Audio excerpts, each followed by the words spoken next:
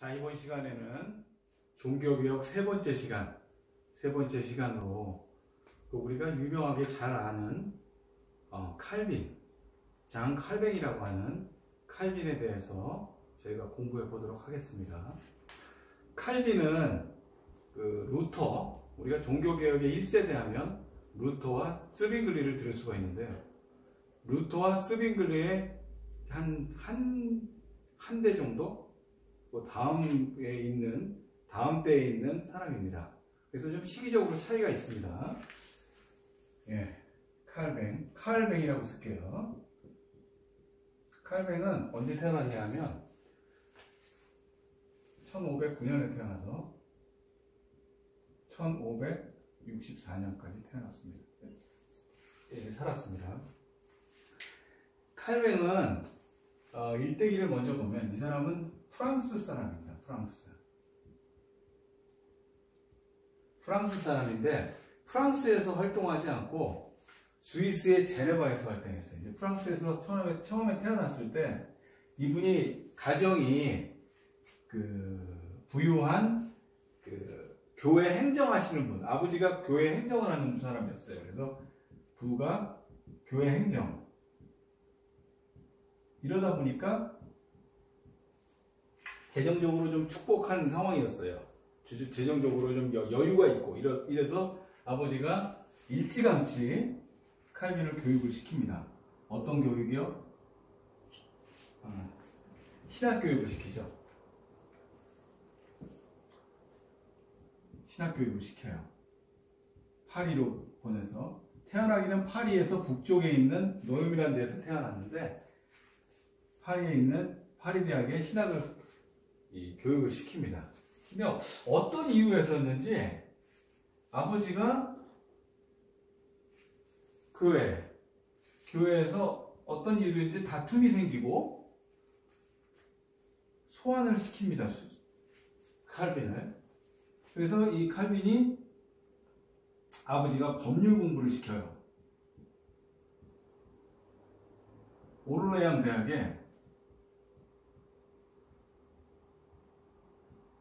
대학으로 법률 공부를 시키면서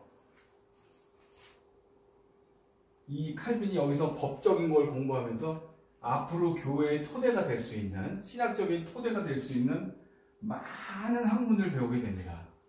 왜 아버지가 이 법률 공부를 시켰는지는 알 수는 없지만 여러 학자들이 추정하기에는 당시에 귀족 대접을 받을 수 있는 것이 법률가였대요. 법률가. 그렇기 때문에 아마 교육을 시키지 않았나 이렇게 보는 겁니다.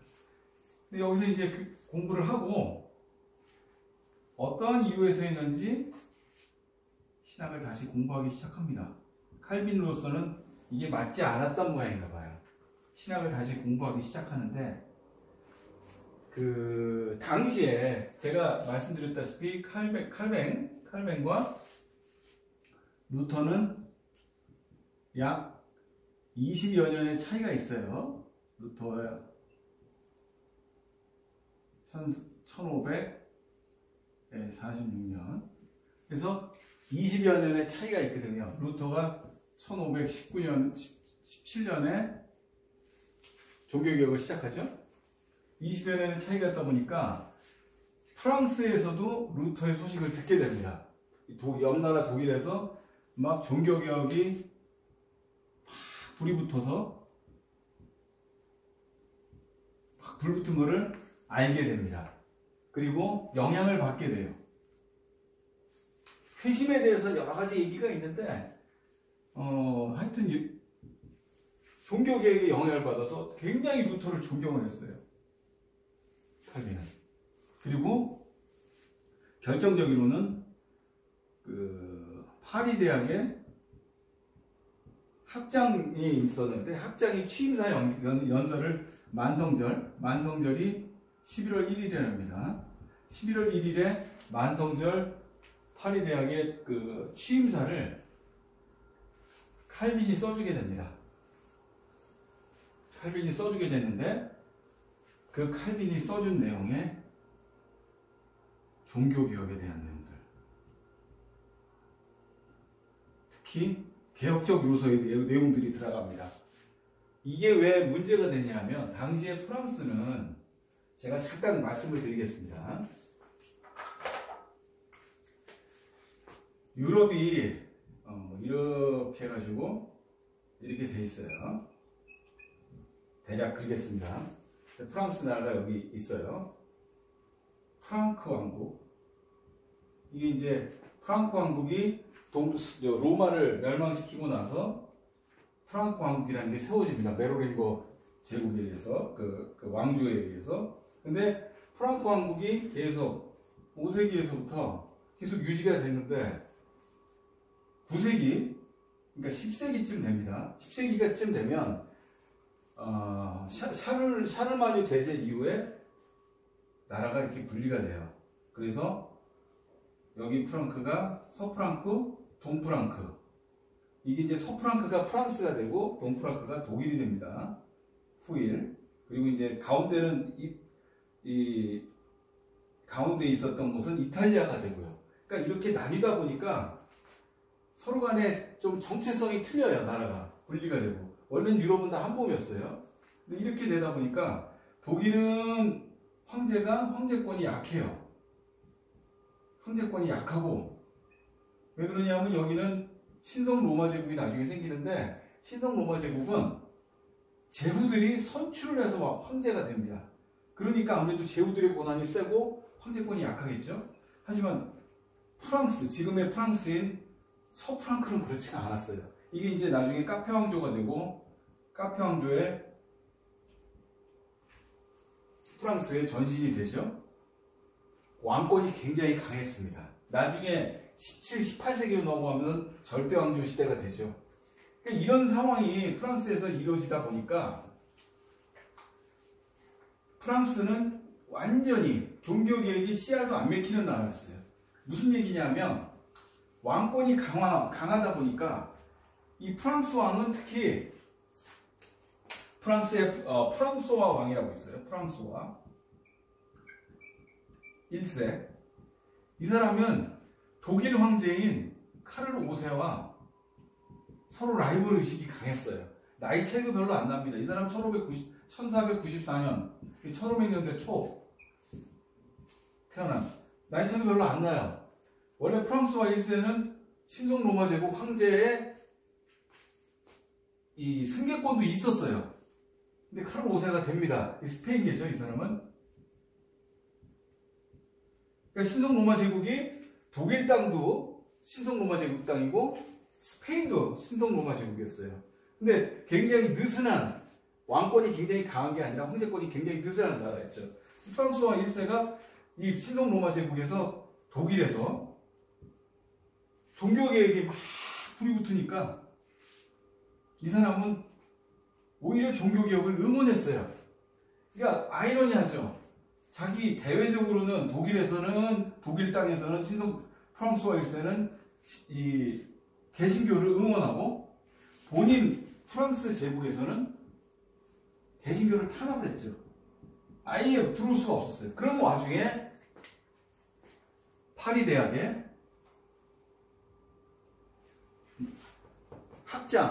학장의 취임 연사에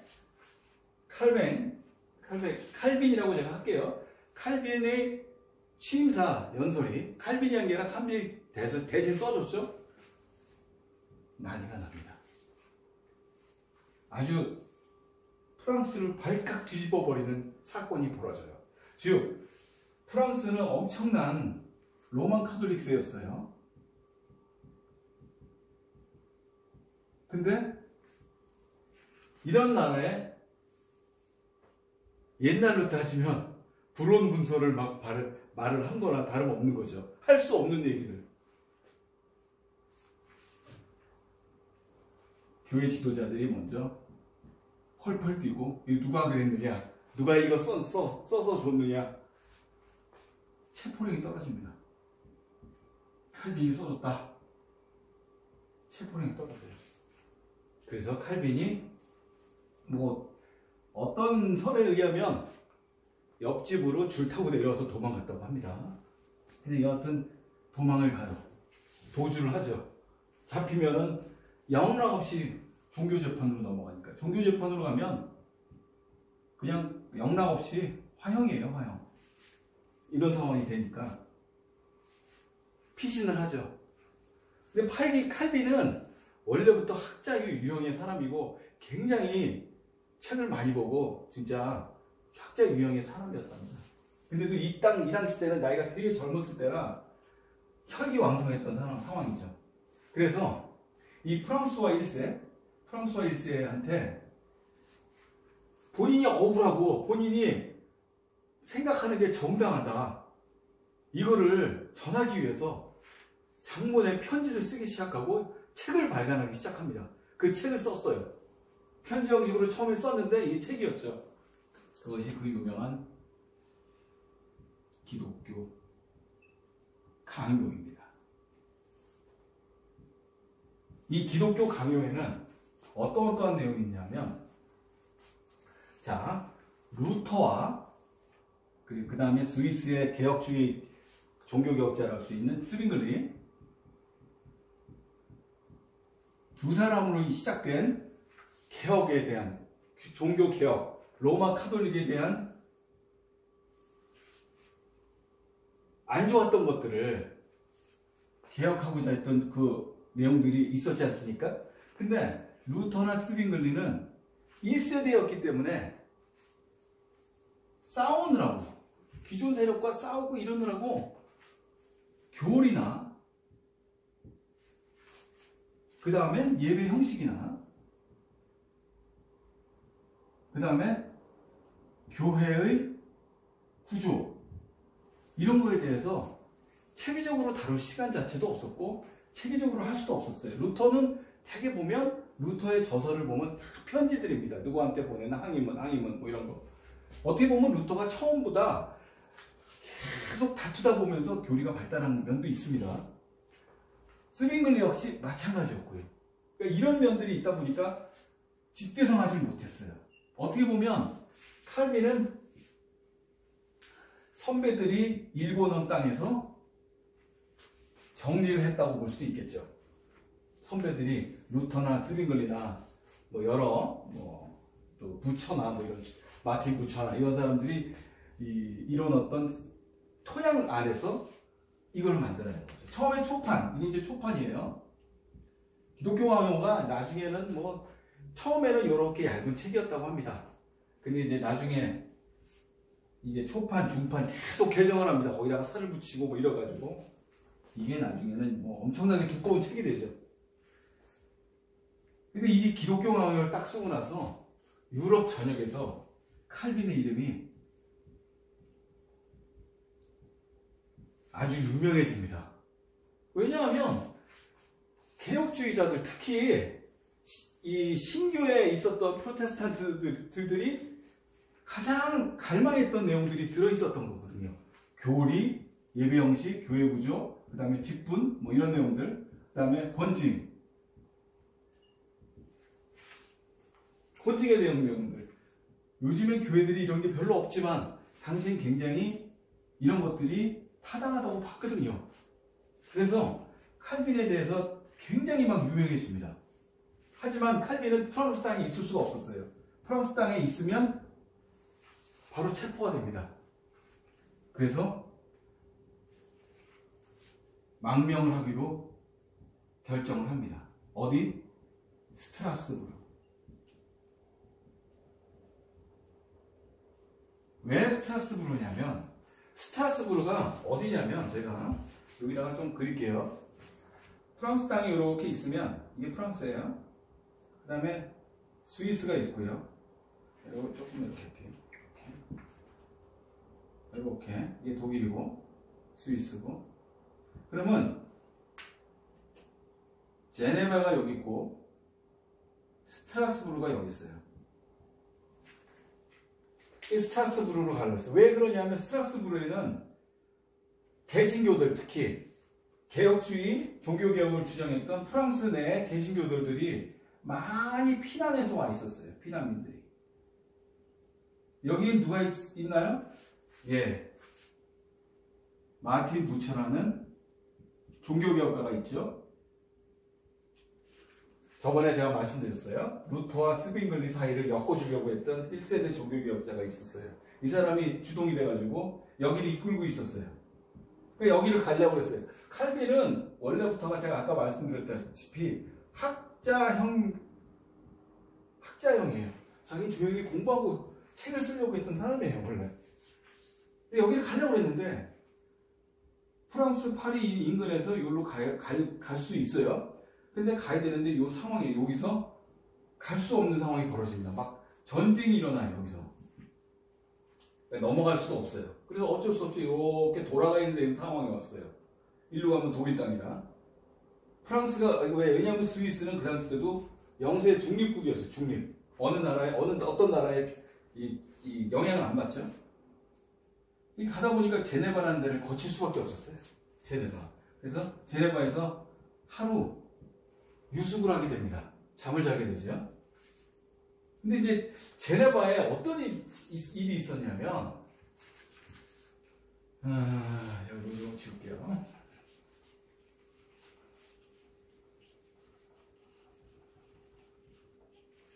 제네바에 어떤 일이 있었냐면, 제네바는 이제 프랑스 출신의 기욤 파렐이라는 사람이 있어요. 이 사람 1489년에 태어나서 1565년에 죽습니다. 이 사람이 종교개혁자인데 이 사람은 굉장히 다혈질이에요. 루터와 비슷합니다. 성향이 다혈질이고 급진적이에요. 이 사람이 프랑스에서 종교개혁을 하다가, 이 프랑스 사람입니다. 이름 자체가 기욤, 프랑스식이죠. 프랑스 사람인데 하다가 프랑스에서 망명을 했어요. 왜? 프랑스는 로마 카톨릭 국가니까요. 망명을 해서 제네바에 정착을 했습니다. 제네바에 정착을 해서 종교개혁을 거의 일으켰어요. 제네바는 시의회에서 국가를, 그러니까 뭐 어떻게 보면 도시국가인데요. 국가가 운영되는 형태였는데 이 형태에서 종교개혁을 거의 이룩한 거죠. 천주교들, 그러니까 로마 카톨릭적인 것들을 걷어내고 개신교적인 내용들을 종교개혁을 집어넣었어요. 근데 이 사람은 다혈질이고 하다 보니까 수용을 할 수 없고 특히 학문적으로 너무 부족했어요. 교리를 정확하게 전달할 수 없었고, 근데 아까 제가 말씀드렸다시피 기독교 강요가 전 유럽을 강타했다고 그랬죠. 딱 보니까 제네바에 자기가 그렇게 바라던 칼빈이 와 있어요. 칼빈이 자고 있대요. 아, 이때가 기회다. 파렐이 자기 무리를 이끌고 갔어요. 칼빈. 이게 뭐 어떻게 보면 뭐 새벽 시간일 수도 있고요. 하여튼 밤늦은 시간일 수도 있고, 자고 있는데 칼빈이 뭔가가 똑똑똑 뚫어주게 돼요. 피어 파렐이 왔어요. 이 사람이 어떻게 설득을 했냐? 강권을 합니다. 막 얘기를 했대요. 지금 제네바가 위기고, 지금 당신 같은 사람, 이 당시 때 칼빈이 나이가 26살이었어요. 네, 피어 파렐이 1489년이고 20년 차이 납니다. 그러니까 한 세대 차이가 나요. 그러니까 당신 같은 젊은이는 이렇게 스트라스부르 가서 그냥 묵회하고 책 쏘고 이럴 사람이 아니다. 당신은 이 젊은 혈기로 와서 제네바를 구해다오. 제네바가 바뀌면 그 옆에 벨은, 그 다음에 쥐리 다 바뀔 것이다. 왜? 당시에 쥐리나 베르는 고전하고 있었어요. 종교개혁에. 근데 칼빈은 원래부터가 처음부터 이런 거 싫었던 사람이에요. 제가 말씀드렸죠. 학자형. 그냥 책 쓰고 책 쓴 거에 대해서 가리키고 이게 좋았던 사람이에요. 난 그거 싫습니다. 나는 그런 거 하고 싶지도 않고 잘못하면 난 피곤하다고. 파렐이 막 그냥 육두문자를 섞어가면서 이 사람한테 나중에 경멸적인 말을 했대요. 결국에는 칼빈이 그 당시 때문에도 굉장히 약한 사람이었어요. 마음이 약해서 설득을 당합니다. 그래서 제네바를 가요. 이게 이 당시 때가 1570 35년이에요. 얘기예요. 갑니다. 제네바를 가서 첫 번째로 제네바를 2번 가게 되는데 첫 번째로 가서 종교개혁을 합니다. 거기에 목회자로 취직을 해요. 그래서 종교개혁을 시작을 합니다. 처음엔 잘 되는가 했어요. 근데 당시에 칼빈이 생각했던 것들은 제가 아까 말씀드렸다시피 이게 다 그냥 토탈이에요. 한꺼번에 다 가니까 제네바 사람들이 이거를 감당을 할 수가 없는 겁니다. 한꺼번에 막 가니까. 물론 당시에 급진적인 개혁도 있었어요. 제사례파라는. 근데 제사례파하고 칼빈, 그 다음에 파렐은 결별을 합니다. 안 맞아요, 서로. 이 사람들은 이단이다. 그렇게 주장을 해요. 그래서 안 맞아요. 근데 이제 계속 진행하다 보니까 반대파가 굉장히 많이 생겼어요. 왜? 너무 급진적으로 종교개혁을 추진했다 보니까 반대파들이 결국에는 제가 말씀드렸던 시의회에서 국가를 경영한다고요. 시의회에서 결정을 합니다. 파렐, 칼빈, 너 둘이 제네바에서 나가라. 추방 명령을 내리십니다. 칼빈은 처음에 굉장히 실망을 해서 이제는 내가 다시는 종교개혁 이런 거 안 한다. 나서서 안 한다. 그래서 어디로 가냐? 아까 제가 말씀드렸다시피 스트라스부르크로 갑니다. 스트라스부르크로 가요. 스트라스부르크로 가서 거기에 지도자였던 마틴 부처하고 같이 활동을 합니다. 여기 가서 학자로서의 역할과 그리고 목사로서의 역할 두 가지로 겸하면서 조용히 지내게 됩니다. 그러다가 거기서 네덜란드 출신 로마 카톨릭에서 개신교로 온 한 여인하고도 결혼을 하게 되고요. 이 여인이 병약해서 아이를 많이 낳는데 결국 일찍 죽게 되죠. 그 이후에 칼빈은 독신의 삶을 살게 됩니다. 근데 이런 상황이 됐는데 이제 제네바가 이제 궁금해져요. 제네바가 어떻게 됐을까요? 칼빈하고 파렐을 추방을 시켰는데 파탄이 일어납니다. 파탄. 흡사 이 여호수아가 죽고 난 다음에 사사기 이스라엘 때의 모습처럼 엉망진창이 된다고 합니다. 그러니까 이제 시네바 시에서 그런 거예요. 거봐라, 국왕이 명관이지. 왜 칼빈을 쫓냐? 칼빈이 제대로 하고 있었는데. 그러지 말고 다시 보내서 데려와라. 그러니까 대표단들이 스트라스부르크로 다시 가요. 편지로 한 통을 들고. 칼빈이 야, 내가 한 번 속지 2번 속냐? 나 안 가. 나는 조용히 학자. 책만 쓸란다. 기독교 강요 지금 초판 나왔고 이제 중판 나오기 직전이야. 계속 공부하고 있었어요. 칼빈은 당시에. 왜? 당시에 제가 아까 말씀드렸다시피 교회 예배 형식, 교회 구조, 직분, 권징, 그 다음에 여러 교리들 이런 게 굉장히 취약했어요. 나 이거 공부할 거지? 나 안 해. 그걸 안 간다 나 절대. 근데 이제 삼고초려를 합니다. 이 사람들이. 아주 그냥 모셔요 모셔. 그래서 다짐을 받습니다. 칼빈이. 좋다. 그러면 내가 가는데 단 내가 하는 거에 대해서 태클 걸지 말고 막지 마라. 막으면 나는 이제 나가고 영원히 안 들어간다. 다짐을 하죠. 그래서 두 번째 종교개혁 두 번째를 들어갑니다. 두 번째 종교개혁 들어가서 이때는 성공을 합니다. 이때는 성공을 해요. 이때 성공을 해서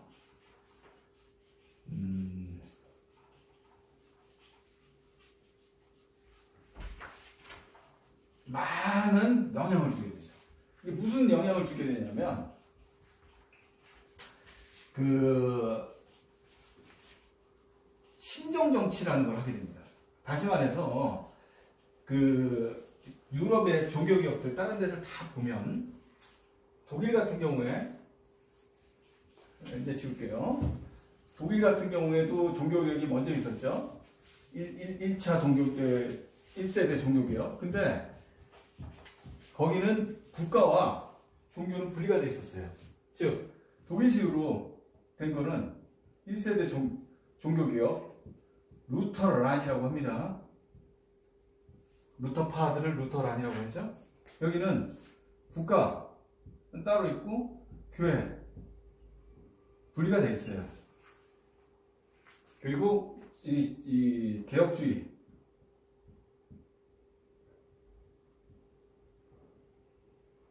신령 정치예요.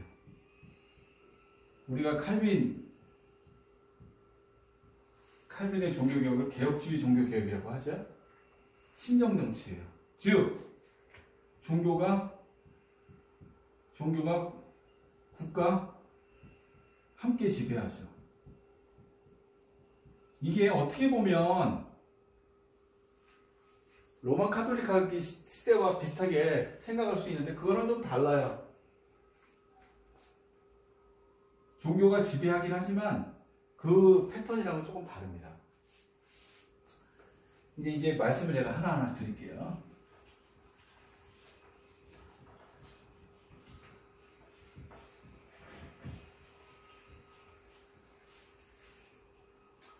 칼빈이 하면 우리가 생각나는 게 교리의 예정론이 있고요.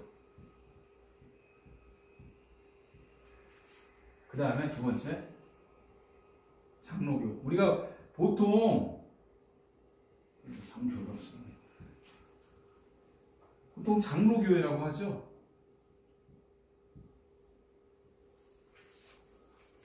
칼빈이 만든 겁니다. 장로회. 본인이 장로회였어요. 장로회. 그러니까 교회에 장로들을 둬서 그 장로들이 결정들을 합니다. 어떠한 사안에 대해서, 교리에 대한 사안, 이를테면 좀 이 칼빈이 있을 때 제네바에 있는 이 종교개혁은 패턴이 좀 강했어요. 그래가지고 예배 시간에 졸면 벌금 얼마, 그리고 뭐 어떤 거에 대해서 잘못할 일이 있으면 뭐뭐뭐 권징이 되게 강조됐죠. 이런 장로들이 결정을 합니다. 이거를. 그럼 이거에 대해서 시의회에다가 의회에 이러이러한 것이 있으니 이러이러한 것을 결정하시오 통보를 하죠. 이 사람들이 결정을 합니다. 그러니까 어떻게 보면 가장 상급기관이라고 볼 수도 있죠. 그리고 예정론이 있어요. 대표적으로 예정론은 하나님이 사람을 창조할 때 선택받은 사람들이 따로 있다고 봤어요. 선택받은 자가 따로 있다. 하나님의 섭리 안에 이 사람들은 선택받은 자가 있다. 이 예정론이 나중에는 좀 문제가 되고 하지만 근간이 됩니다. 장로교의 근간이 되고 교리의 핵심이 됩니다. 칼빈이 잘한 것도 많은데 단점도 있었다고 해요. 왜 단점이 있었냐면 흠결이라고 할 수 있겠죠. 흠결이 있었는데 어떠한 흠결이 있었냐면 너무 사람이 강하다 보니까 그러니까 법적인 것, 왜냐하면 오르레앙 대학에서 법적인 걸 공부하고 이러다 보니까 사람이 굉장히 강했어요. 그냥 어떻게 보면 루터하고는 좀 다른 면이지만, 루터는 다혈질적인 면이지만 이 사람은 진짜 집념이 되게 강했다고 볼 수 있죠. 칼빈은 본인이 원했던 거에 대해서 그렇지만 안 되는 거예요. 이 사람이 세게 나가니까 반대파들이 있었어요. 페랭이라는 사람도 있었고요. 그리고 이 사람은 이제 반대를 했었죠. 그리고 막 추방되고 막 그랬습니다. 근데 유명한 사람이 하나 있어요.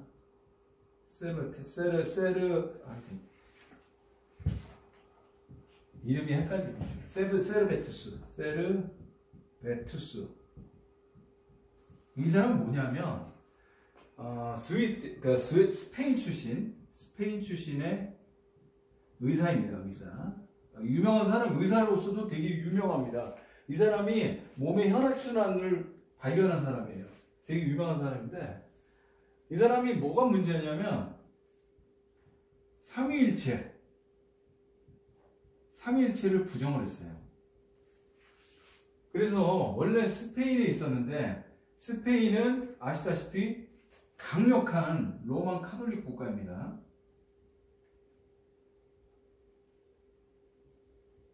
이런 내용을 주장을 하니까 여기서 추방을 했어요.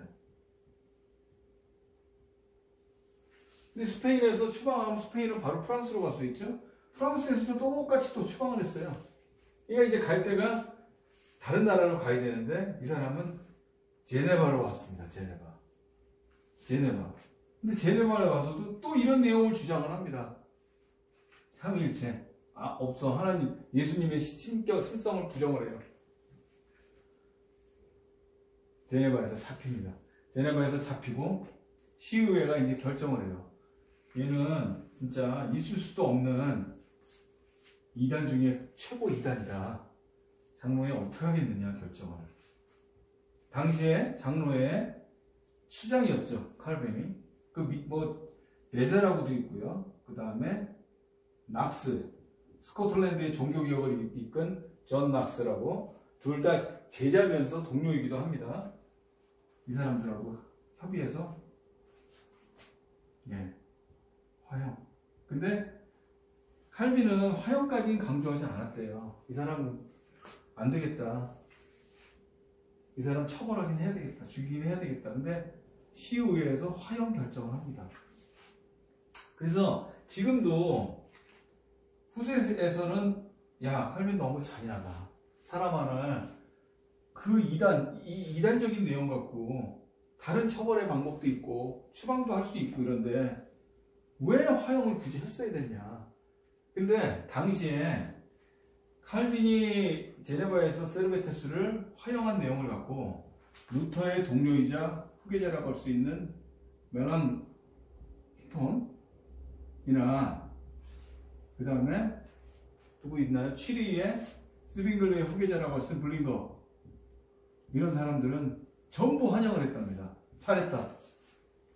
결국 칼빈도 어쩔 수 없는, 거의 어떻게 보면 기독교 강요책이나 이런 도서를 보면 어떻게 16세기에 이렇게 양질의 책을 만들 수 있을까? 교리가 굉장히 심오하거든요. 이런 책을 쓸 수 있을까? 이 사람은 시대를 뛰어넘은 사람이다 생각할 수 있겠지만 그 역시 중세 말의 사고를 가졌구나. 어쩔 수 없는 인간인 게 여기서 드러납니다. 그리고 나머지 사람들 똑같이 생각을 했으니까요. 여하튼 단점은 그런 게 있고, 칼빈이 잘한 거는 그 외에도 무지하게 많습니다. 사람들이 청빈을 강조했고요. 그 다음에 금욕생활, 경건을 굉장히 강조했고요. 이게 나중에 어떻게 영향을 주냐면 유럽 전역으로 영향을 줍니다. 프랑스로 가서는 프랑스의 위그노가 되고, 그리고 아까 제가 말씀드렸던 낙스는 영국 사람, 스코틀랜드 사람입니다. 스코틀랜드의 종교개혁을 일으킵니다. 대륙을 넘어간 거죠. 그리고 베자 역시 유럽 전역에. 왜 이런 상황이 벌어졌냐면 칼빈은 제네바에 종교 스쿨을 열었어요. 다시 말해서 대학을 열었다는 얘기죠. 대학을 열어서 개신교 신학을 가리키고 양성을 했어요. 수많은 제자들이 유럽 전역으로, 스위스가 여기 있으면 막 간 거죠, 이렇게. 독일은 많이 못 갔어요. 독일은 루터교가 자리 잡고 북유럽 쪽도 자리 잡아서 주로 영국, 네덜란드, 뭐 이런 나라들, 프랑스 이런 나라에 굉장히 큰 영향을 줍니다. 유럽 전역으로 간 이 종교가 결국 장로교가 되고, 이 장로교의 청교도들, 존 낙스가 교도였거든요. 청교도가 결국엔 미국으로 넘어가고, 이 미국의 북장목파가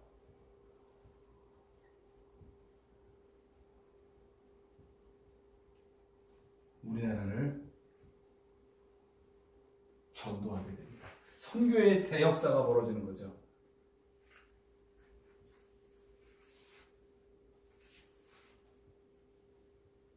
우리가 여기서 주의해서 봐야 될 것은 이 사람들의 집념을 봐야 됩니다. 루터와 스빙글리, 칼빈.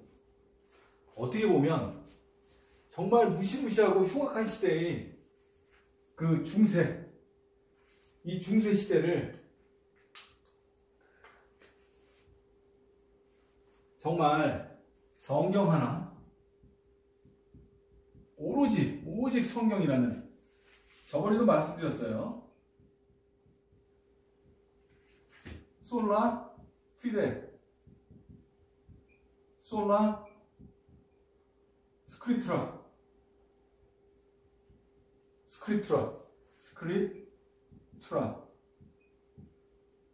솔라 피데, 솔라 스크립트라,